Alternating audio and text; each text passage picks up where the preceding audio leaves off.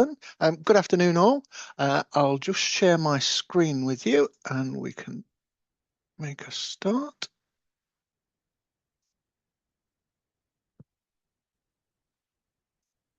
Okay, so this afternoon's session is all around mastering Microsoft Forms. So objectives for today, basics, understanding the role of forms, its key features, the benefits of using them. To show you how you can create a form or a quiz and use some of the more advanced tools such as branching and setting access permissions on the forms. How to share a form or quiz and then be able to analyze the results. And we'll also look at how forms can be used with other 365 apps, such as Microsoft Excel, SharePoint, Outlook, and also Microsoft Teams. So for anybody that's new to Forms, so what is a Microsoft Form? So Forms, it's a web-based application. It comes as part of the Microsoft 365 package. You can create forms and quizzes, and they can be shared internally and or externally, and allow you to collect feedback and information. So the value of using Microsoft Forms, so it's automatic, it's real-time data collection. They're easily accessible. You don't need any specialist software to be able to complete a form and submit it. They integrate seamlessly with other 365 apps, as I've mentioned. And you can customize them to make them look very professional. Cost effective because Microsoft Forms is part of the 365 license, and you can build in interactive features with them. So just to make you aware, understanding form types. So there are two main types. So there are forms and there are quizzes. The difference between the two is forms are quite simply for collecting information. There's no right or wrong answer. There's no feedback given. They're generally used for surveys, for feedback, for people to sign up to events, etc. Quizzes, on the other hand, allow you to assess people's knowledge. So the answers to the questions can be correct, incorrect, and they can be scored as well.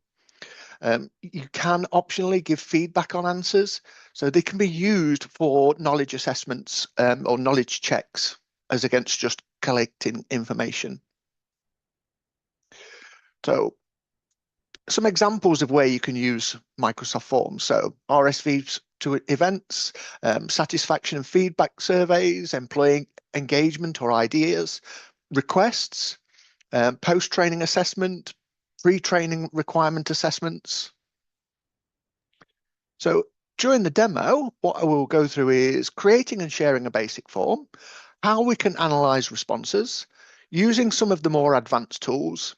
We'll look at also creating a quiz, reviewing forms and quizzes, and a look at how we can integrate forms with other 365 apps. So I'll just escape out of this. So I've logged into Forms in Microsoft 365. So within Forms, there are a set of preset templates. So for example, for feedback, registration for an event, doing research, creating a quiz, and there's a template gallery as well that you can go and find further preset Microsoft templates. Creating a form from one of these templates is as simple as clicking the template that you want. So for example, if I wanted to create one to collect some feedback, click onto feedback. Microsoft Forms will then go and grab the feedback template.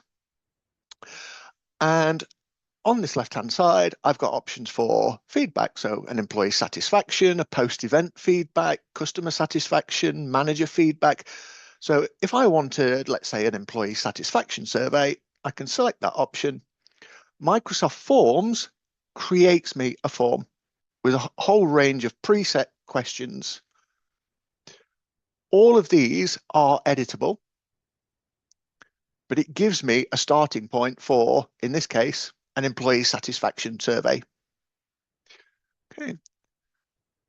Creating from a template is as simple as that. It is simply, you click the template that you want, Microsoft Forms will go and give you a preset template. But as I say, you can click onto the the questions, and you can edit the questions. If you've got options, you can change those. So let's close out of this. So creating from a template, as I say, as simple as clicking the one that you want to use. Other options that you've got is if you've got an existing document that is a form. So I've got a document. I'll just open this up so that you can see. So I've got a Word document. Just bring this over onto the correct screen. So I've got a Word document, which is a basic form for raising a concern, which is the name, what's your concern or issue? If there was an incident, have you got further details? Have you raised the concerns with your manager? So rather than this form being Word format that I would attach to an email and send to somebody, I can build a Microsoft form from this document. So I'll just close this. So up at the top, we've got options. We can create a new form, create a new quiz, and we've got this option for a quick import, which is really handy if you've got forms that already exist, but they exist in Word or PDF format, for example. If I go to quick import and I want to upload from this device, and as you can see, either a Word or PDF file, there is a size limit of 10 megabytes. So if I go to upload, it'll ask me where this form is. So I've got it in a folder here, my demo raising a concern document. I'll open this. Then it will ask me, do I want to create a form or do I want to create a quiz based on this document? And I'm going to create a form. And it's as simple as when I click form, it'll then run through this progress bar of converting my Word document into a form. It gives me the option I could import another document, or I can start my review of the form it's created. So I'll go into start my review. And here is my form that it's created. So it's taken the text from the document, it's taken those questions,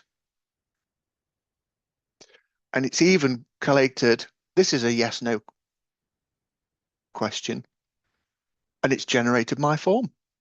And it is as simple as that. So it's really quick and easy. If you've got existing forms in Word or PDF format, you can very quickly and easily just import them into forms and it will create you a form. So I'll just close on this one. Let's go back into forms. Other options that you've got for creating forms is if I go to create a new form. Now, one thing just to mention with forms, if you've got Microsoft Copilot, it will embed into forms and you can use Copilot to create your form. So rather than you suffer the pain of watching me type, I've got a prompt that I'll just copy and paste for asking Copilot to create me a form. So my prompt for Copilot is, I want it to create me a form that asks new starters about their experience after 1 week working at Quiss. Ensure it includes questions specifically about their induction training. I want no more than 10 questions. So when I ask Copilot to go and create this form, it will run through. And in a few seconds, it will generate my form with a whole series of questions. So it's taken my headline, it's put in a subheading, and it starts to build in my questions. So it gives me a rating. I'll let it finish, but rather than keep scrolling back up. There we go. Okay, so I can now review this. So a rating for overall experience. Did the training meet expectations? Which aspects were helpful? Was there any part of the training that was missing or improved? How confident do they feel? Have you been felt welcome and supported by your colleagues? Do you know who to approach for help and questions? Is there anything else? So I could, okay, I'm quite happy with that. I'll keep it. And Copilot has created my form. Again, all of these questions are completely editable, so I could go in and tweak anything that I wanted to. Um, the other thing just to be aware of if you've got Copilot with Microsoft Forms is Copilot will continually review and generate suggestions for improvements on your form. Now, whether you feel that's good or not, it's is a moot point, but it's just to make you aware. If you've got Copilot, it will review your form as you build it and suggest changes to it. Okay, so if I close this and we'll create a form just completely from scratch. So if I go to create a new form, and in this case, I'm not going to draft it with Copilot, so I'll close off Copilot. So first thing is, what's my form about? So I need to give it a headline.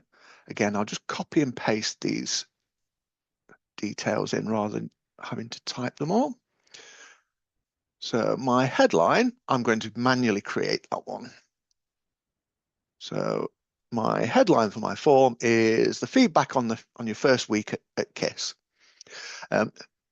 With your main form title, if you notice in this layout, in the top right corner, there is an option to insert, paste, or drag media. What this will let you do is you can upload images, for example. So, for example, I've got a Digital Academy for the KISS Digital Academy logo. So I'll open this. I can put that into my heading. You can add a subtitle to your form. You don't have to use it, but it is often a good idea. So let's just copy and paste some text for this. So I'll put a bit of a subtitle for some detail of what this form is all about. And then I'll start building in my questions. So I'll quick start with, so with my forms, I have choice questions, text questions, ratings, date pickers, rankings, Likert, an option to upload files, a net promoter score, and we can build the form into sections if it's quite a lengthy form.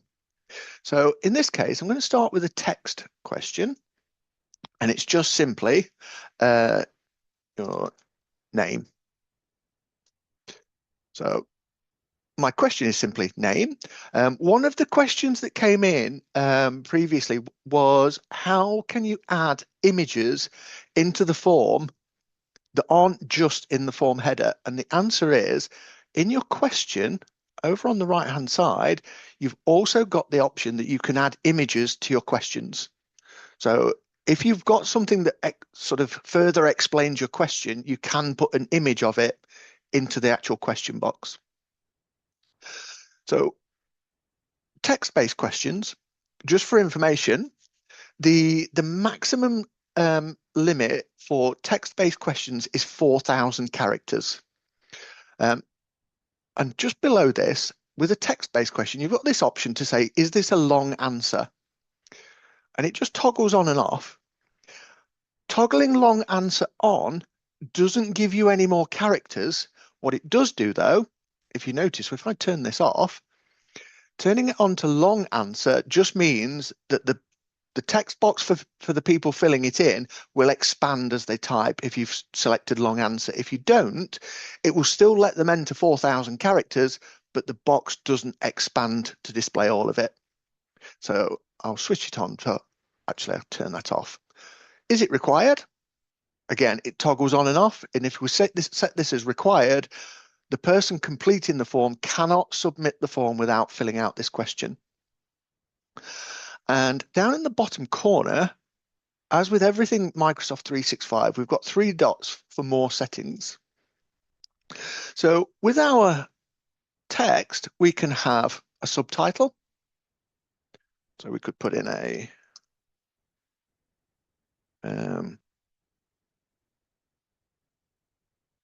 first name, and so although we've said name, you could elaborate on it to say it's your full name in the first name and surname format. Let's just go back into these. You can add restrictions. Now, an example of restrictions, if I just add in a new question, and I'll say it's a text question, and I'm going to ask them for their email address. So if I go into this question, I'll turn off subtitle, but with restrictions, what it lets me do is I can specify the answer to this question needs to be a number, for example. And with a number, you can say greater than, or equal to, less than, not equal to, or it's got to be a whole number. I can specify to say it's got to be text. I could also specify it's a length of text. So you can specify a minimum or maximum count of characters that you want people to enter. If it's an email address, you can specify that this needs to be an email. So Microsoft Forms will check the layout of what's entered in here of does it match the layout of an email address? So is it a word dot word, or is it a word? Is there an at symbol in the middle of it? Alternatively, if you're looking for a web address, you can specify it's got to be a URL. Again, Microsoft Forms will check, is the content of what's being entered a recognized URL? So in this case, I'm just going to set this to say this must be an email. Okay, let's add another new question. And in this case, I'm going to say it's a choice. And the choice will be your team. So with choice, it will give me two options. Again, there is an option that you can use images for these. So you can use an image for people to select. So I'll say you're in the IT department. Copilot then starts giving me some options. So let's add in HR, I'll add engineering, and I'm going to add my own option. Say, are you in finance? And there is an option to just say other, which would give them a free text. Again, is this required? Do they have to complete this to continue on?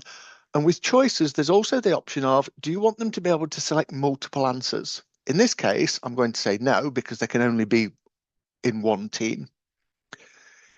In the settings for the choice, we can shuffle these options. So when the form is created, they won't necessarily be in this order.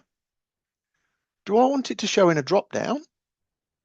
So with drop down, it just gives them a drop down list to select from rather than them ticking options.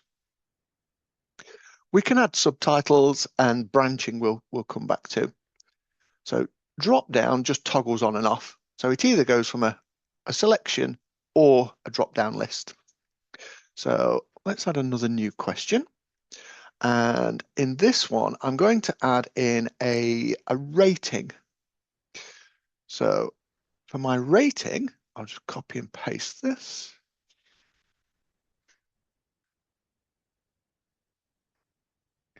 And so my question is, how would you rate your induction training? So with ratings, you can use symbols and choose how many levels you want. So I'm going to say we'll go with 5 levels, and we can choose, is it a star, a number, a heart, a ribbon, thumbs, smiley, flags, or ticks? In this case, I'll leave it as stars.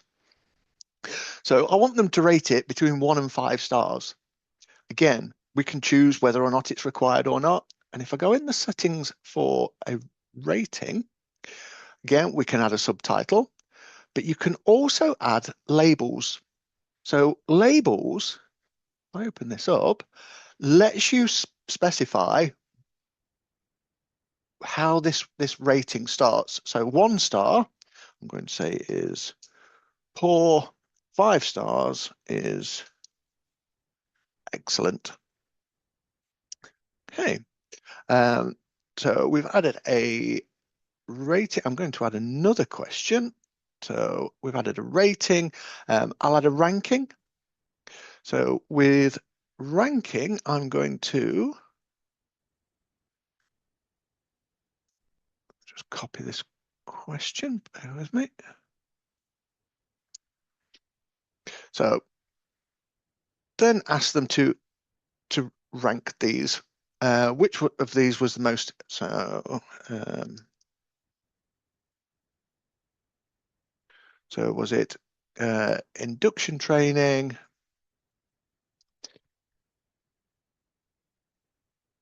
meeting my manager,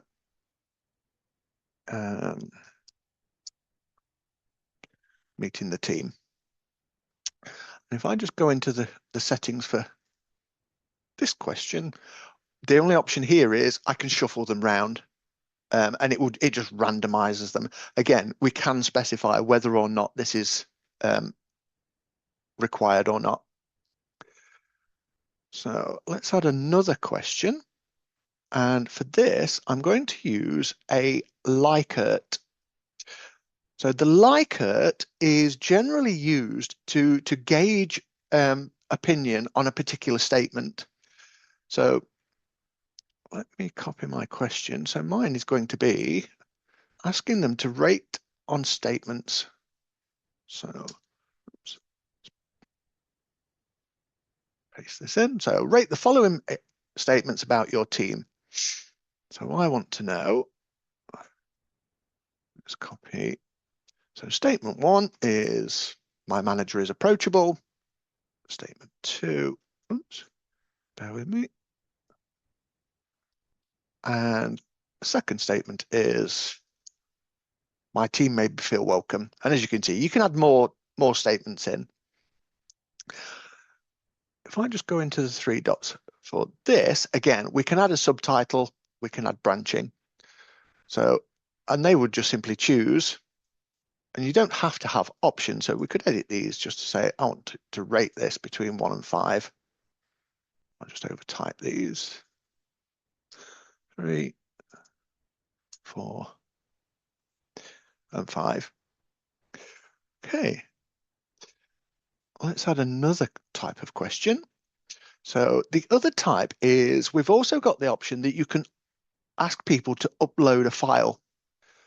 So if I go to upload a file, so with files, you can choose how many files they can upload. So between 1 and 10 files. What's the size limit on those files? And you can even go up to a gigabyte. So it will allow them to upload very large files. In this case, mine is going to ask them to upload a copy of their induction checklist. So let's paste this in. Okay. In the settings, we can add subtitles, but we can also specify what type of files we want them to upload. So in this case, it's a copy of a completed induction checklist, in which case I might decide I don't want them to put Excel or PowerPoint. I don't want images. I don't want video, and I don't want audio. I want them to upload either a Word document or a PDF. I'll specify that this one isn't required. So with those settings, just so that you're aware, it will allow Word, Excel, PowerPoint, PDF, images, video, and audio. Okay, and let's add one more question. And I will use a Net Promoter Score.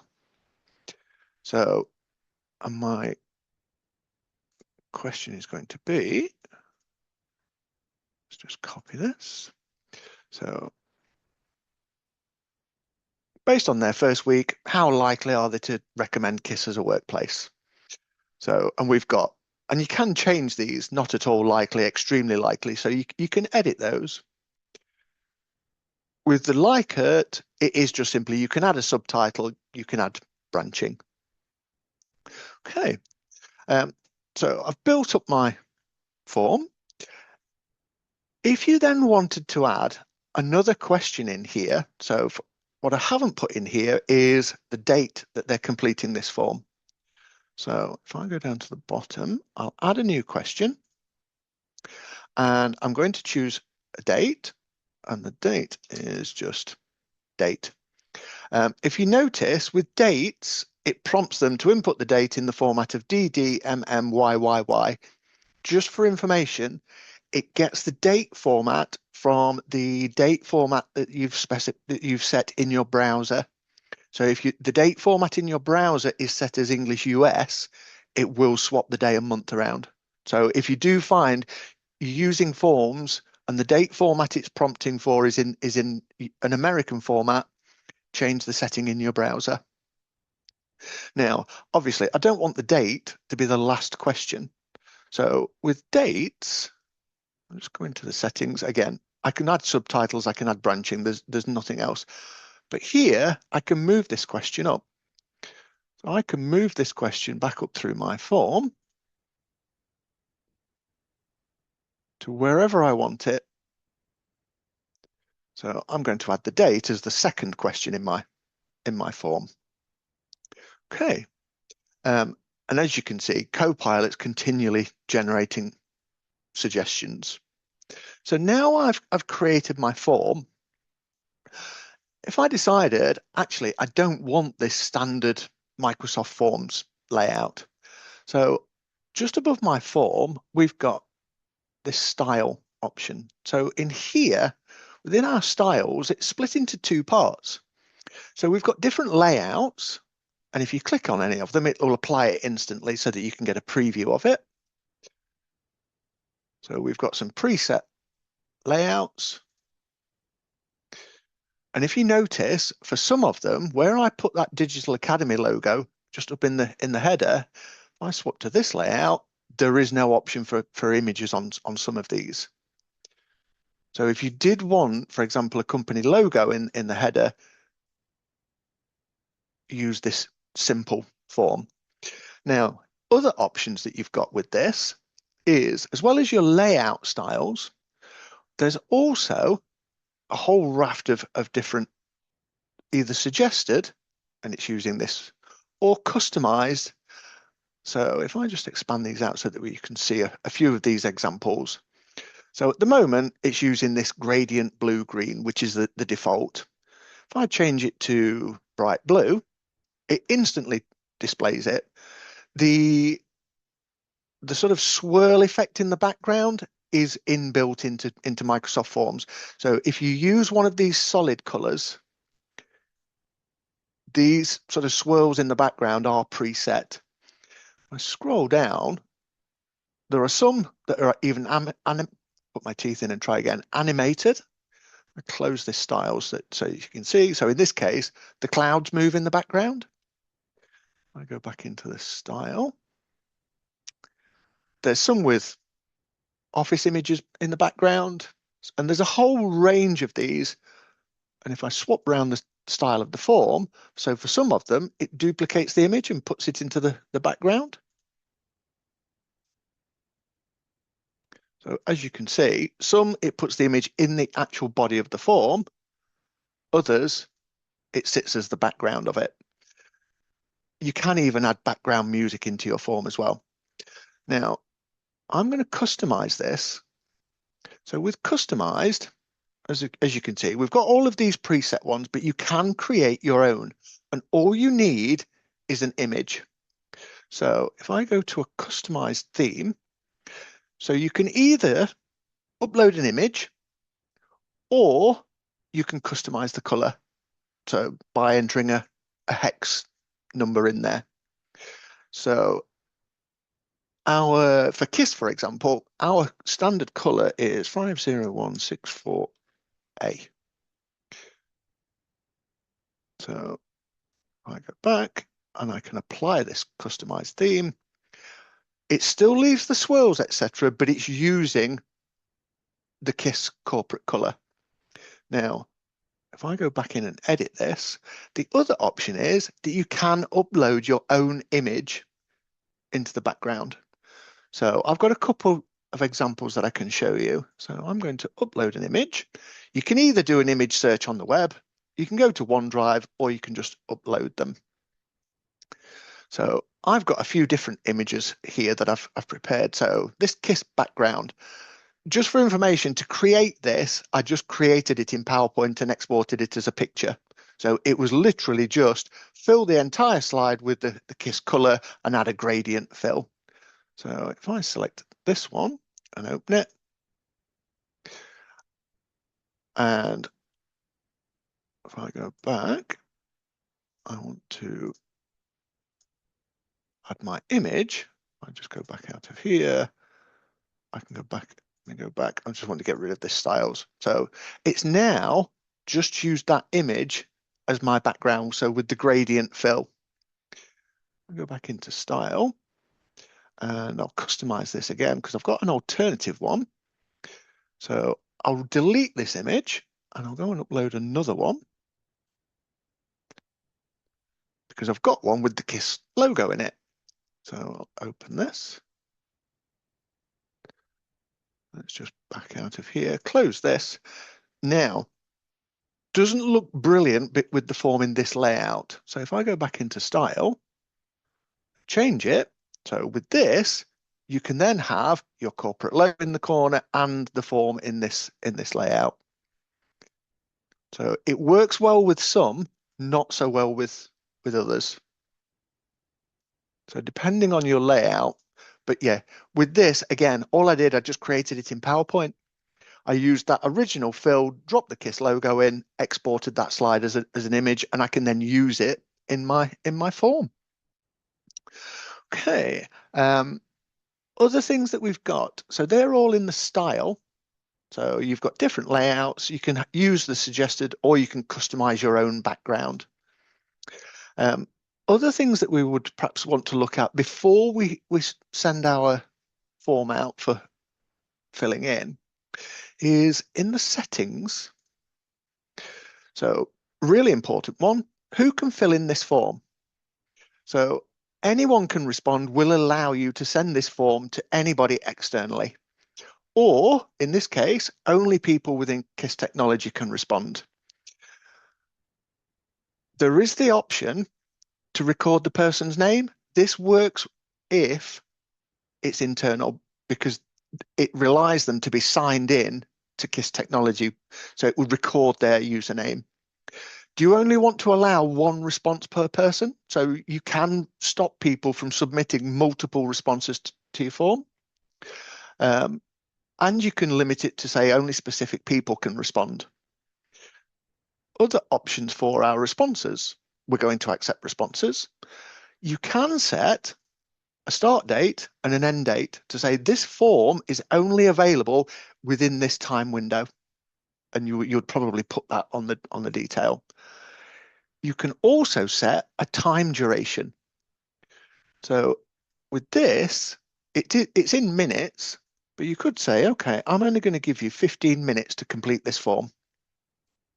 So this is especially useful if you're creating a quiz and you want to time people, you can lock it down to say you've got X number of minutes to complete this and it will auto submit. You can shuffle the questions. You can disable question number for respondents, show a progress bar so that people can see how they're getting on. Now with the progress bar, if you notice at the moment, I can't select this. The reason being, the progress bar is only available if you've split your form into sections. So I'll come back to this and show you this. You can hide the option to submit another response, and you can customize your thank you message. So the default one is your response was submitted, but you can customize this.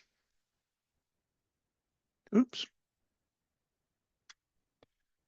Try clicking at the top.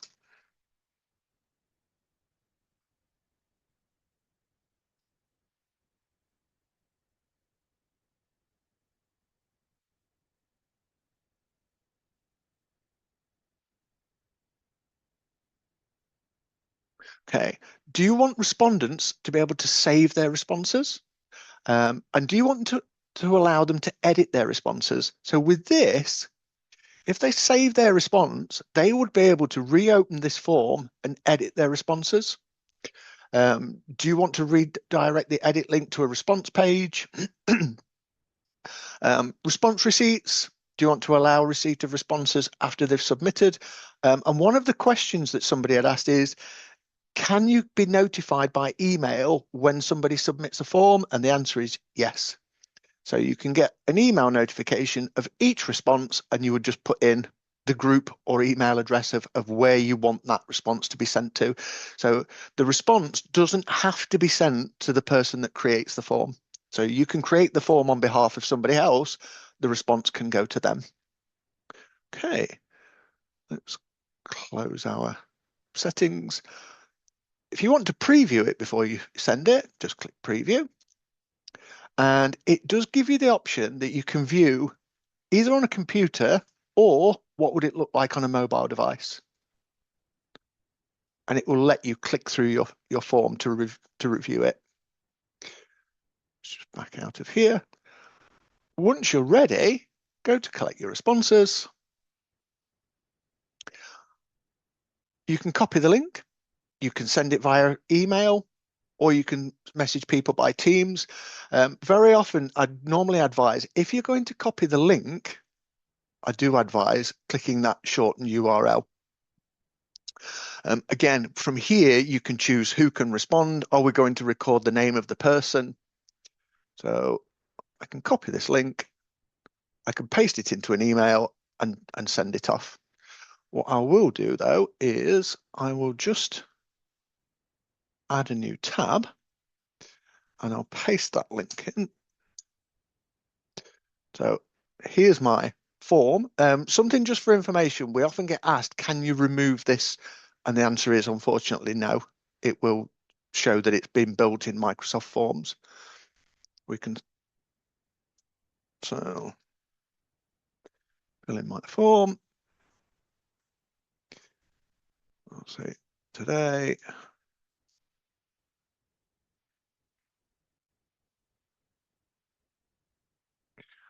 So as you could see, it prompts me to complete my email. So it's sense checking of, has what I've written in there, is it formatted as an email address? Puts an asterisk, so anything that's required, I need to complete these. Let's move these around. Okay, I'll say 5 for both of these. I don't need to upload a CV.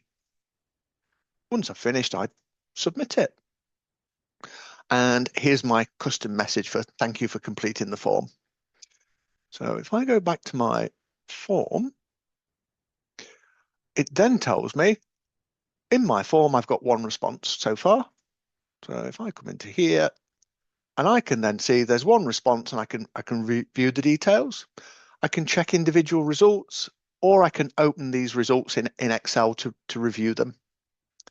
Okay, so let's go back into our form.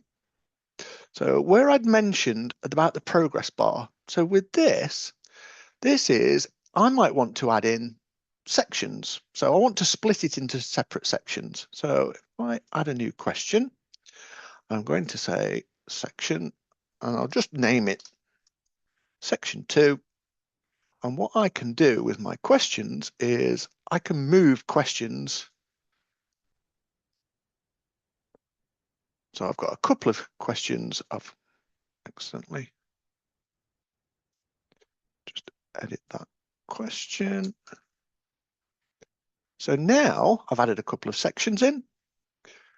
When I preview it, actually just go into settings, I just need to make sure that a progress bar is shown.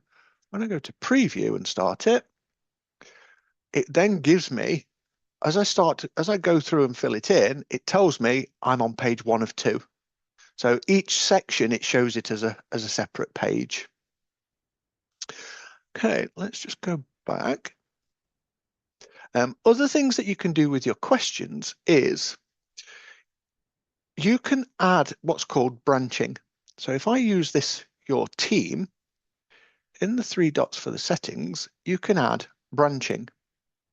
So when I add branching, what this lets me do is, depending on what they select in my question, depends on where the form then goes.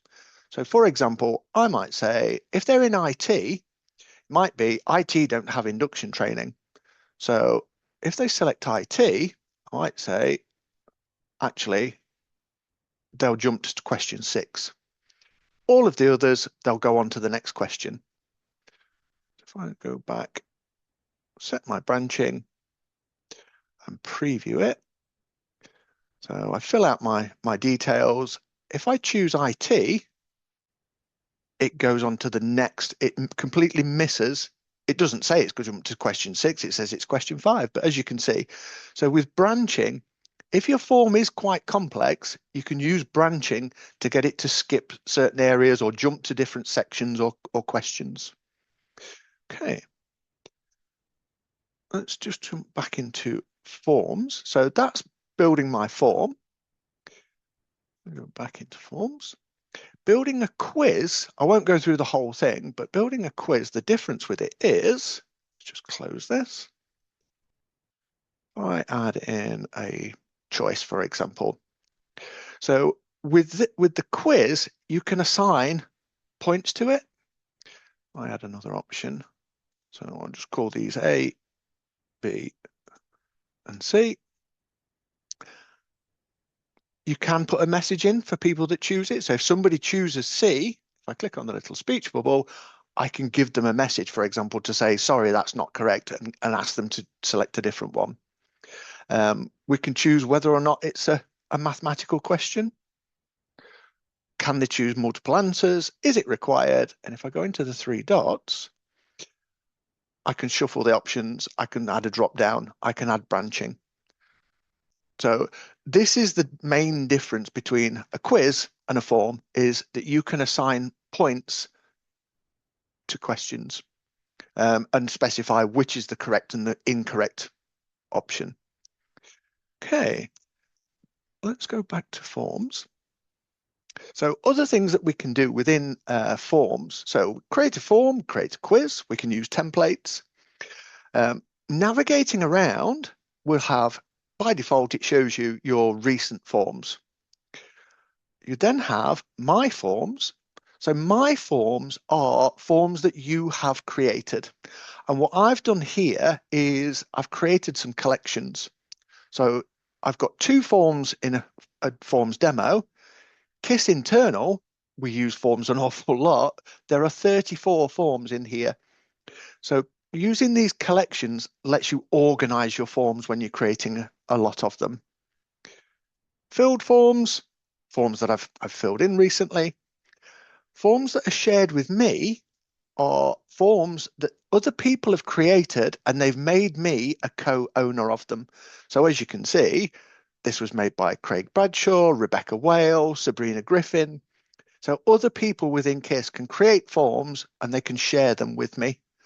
If I go back to my forms, so if I wanted to collaborate with, let's say, this first week at Quiss, if I click on the 3 little dots with it, I can favorite it. I can move it to a collection.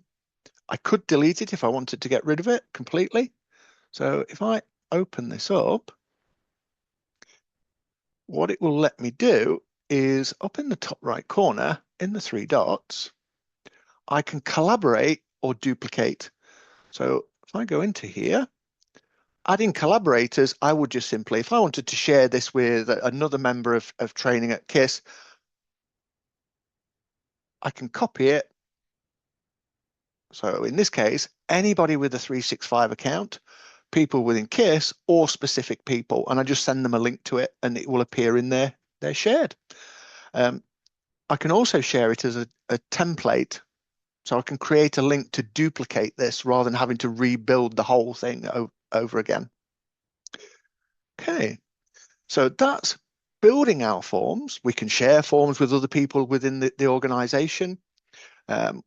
Style for formatting them, and settings for what it is and isn't going to record, etc. Now, using forms with other 365 apps. So I have got in here a page on our intranet. So this is our internally the Quiss ISO 27001 acceptable use policy. So on this SharePoint page, what we've done is we've embedded the copy of the policy and we've embedded a Microsoft form for people to go in to confirm the date, their name, their job title. Have they read and understood this form? There's even options to say if they've got any concerns, they can enter their concerns and submit it. So a handy one of, rather than giving people a link to the form, you can embed it in a SharePoint page. Other places that you can embed forms rather than sending a link is in Microsoft Teams. And if I go into, so you can paste a link into chat. If I go into, let's go in my demo team, and I'll go in the social, I can add a tab in here. I'll go into apps, and I can add a Microsoft form.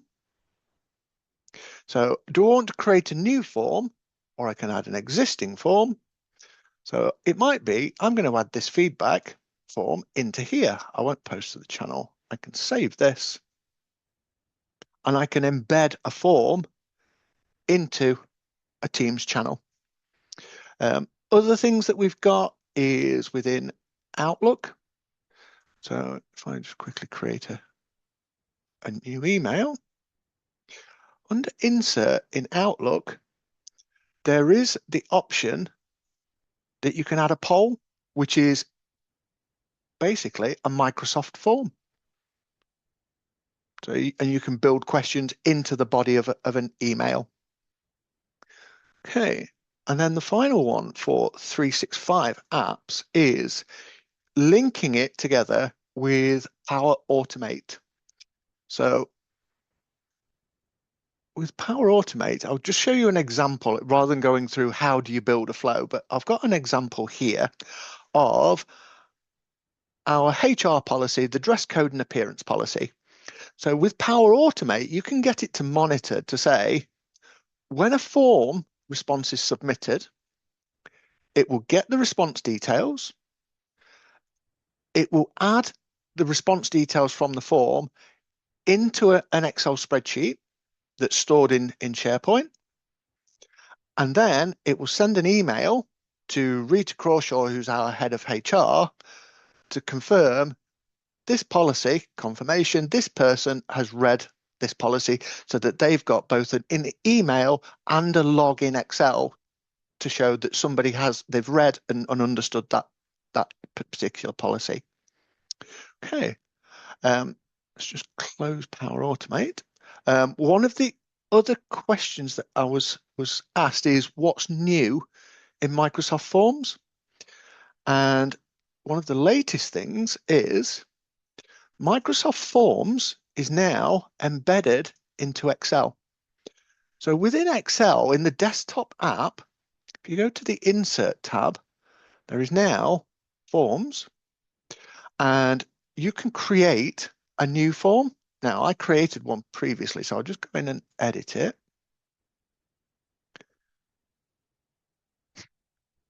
Okay, let me create a new blank workbook. Oh, looks like I've accidentally deleted it, but it is as simple as in Excel, we can go into Forms, create a new form, turn autosave on, create a form.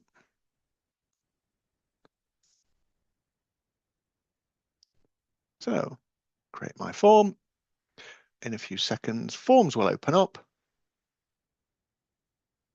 So when I build my form, I'll just add a couple of quick questions in here. Oops. If I could type name, choice. And I'll just call this A or B. Okay. I close my form. So in my spreadsheet, it gives me my form ID, start time, completion time, automatically puts the email of who's completed it, the name and their choice. And as people submit responses to that form, it will automatically write them straight into my Excel spreadsheet, rather than me having to keep going back into forms and reviewing the feedback. Okay.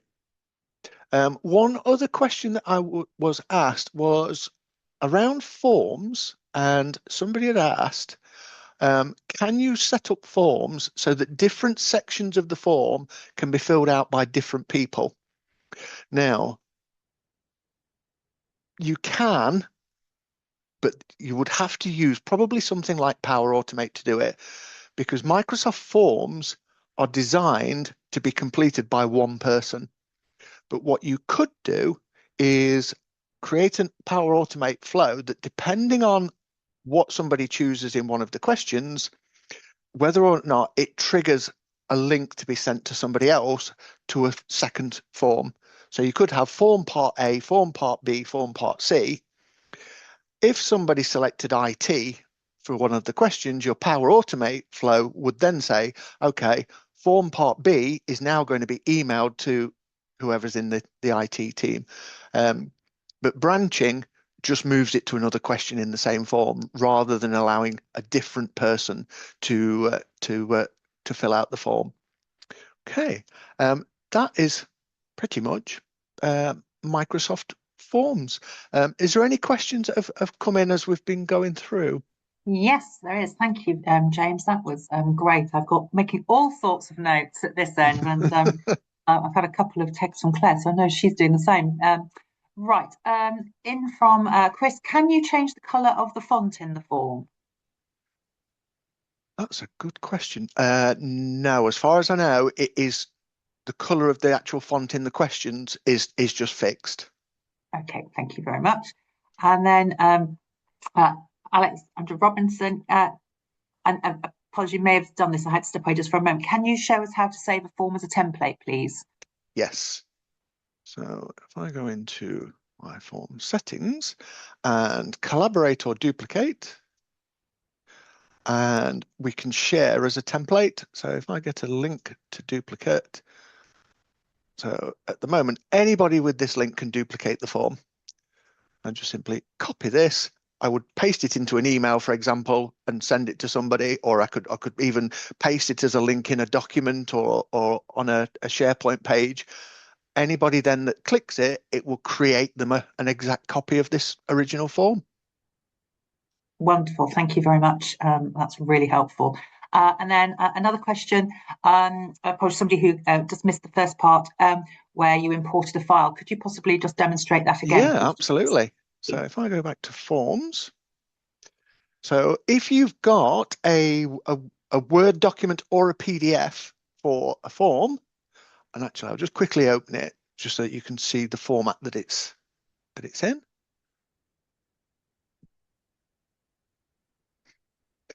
That's not helpful. Let me get this onto the screen. So I've got one called Raising a Concern, and it's just a very simple layout Word form. If I close this, so within Forms, it's just simply, if you go to Quick Import and upload from your device, and it's just a case of browse to the Word document or the PDF and open it. In this case, it is a form, and it will convert my Word document into an electronic form.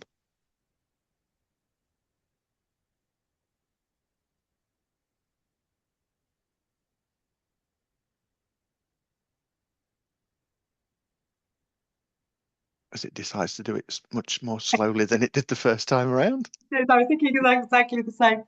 But this is great, isn't it? Because we all have so much collateral that already exists That's within right. the Yeah, business. yeah, And yeah, not having to reinvent the wheel and start from scratch is hugely helpful. yes, yeah. If you've got just something that's simply a simple thing of a bulleted list of questions, yeah, rather than having to recreate it, normally much quicker than this, you can just import it and it will create your form, and you can then, it's just making a few tweaks rather than having to rebuild the whole thing. Wonderful. I think we're nearly there, aren't we? Yes. Nearly there. Here we go.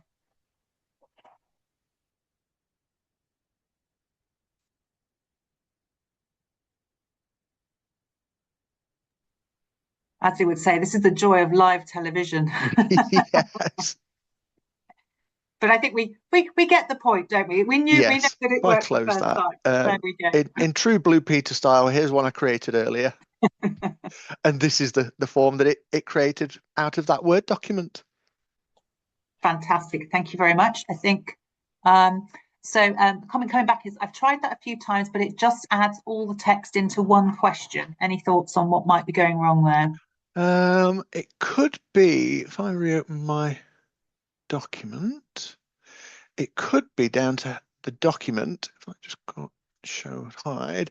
Um, it may be, if I remove some of these blank lines, it could be the way that the document is formatted that it's not recognizing where there's a clear break. So in this, I just force some blank line breaks. Oops, and I'll get rid of the numbering as well. So it could be that it's not recognizing where the line breaks are for the different questions. Okay.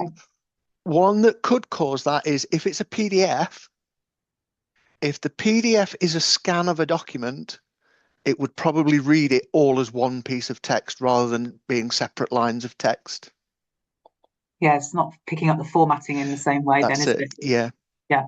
Oh, well, so try that and see if that helps. We're going to be sharing all the details of the slides and also the recording and Kiss's details. So try that. If you're still having any problems, then we'll give you a link and hopefully we can come back to that and directly and try and solve that issue. Yep. But that sounds like it could well hopefully resolve that particular issue. So we've got no further open questions. I'm conscious that it's 1 minute past 2, so we're just slightly over. But thank you, everybody, for your engagement and your questions today. James, that was really, really helpful from a personal perspective and our business perspective. That's been really valuable for us, and we'll be Excellent. taking some of those learnings back as well to what we do. We'll get the recording and the presentation out to everybody. This is the last session for this calendar year with Kiss, but we're already starting to look at what we will do next year. We've mentioned Power Automate today. That may well be another session that we put in as well on that, with a plethora of other things yet to be decided. But that's what December is for, planning. So, James, thank you very much You're indeed. Is there welcome. any final comments from you or? No, it is a case of the nice thing with Microsoft Forms is if I just quickly jump back in, if you do make a mistake, it is just a simple case of you can go in and delete it. If I go into and start again, you're not going to lose any data or anything. The other thing to note is if you've linked it to an Excel spreadsheet and you delete the form, you won't lose your results. Fantastic. That's great to know. Yes, lovely. That's a really good ending. Very important. Thank you very much, James. Really grateful. Thank you for everybody for attending today. I hope you have a good rest of the day, and we hope to see you next year on some of the other webinars that we're bringing to you from KISS and also on other subjects too. Thanks very much indeed. Bye bye.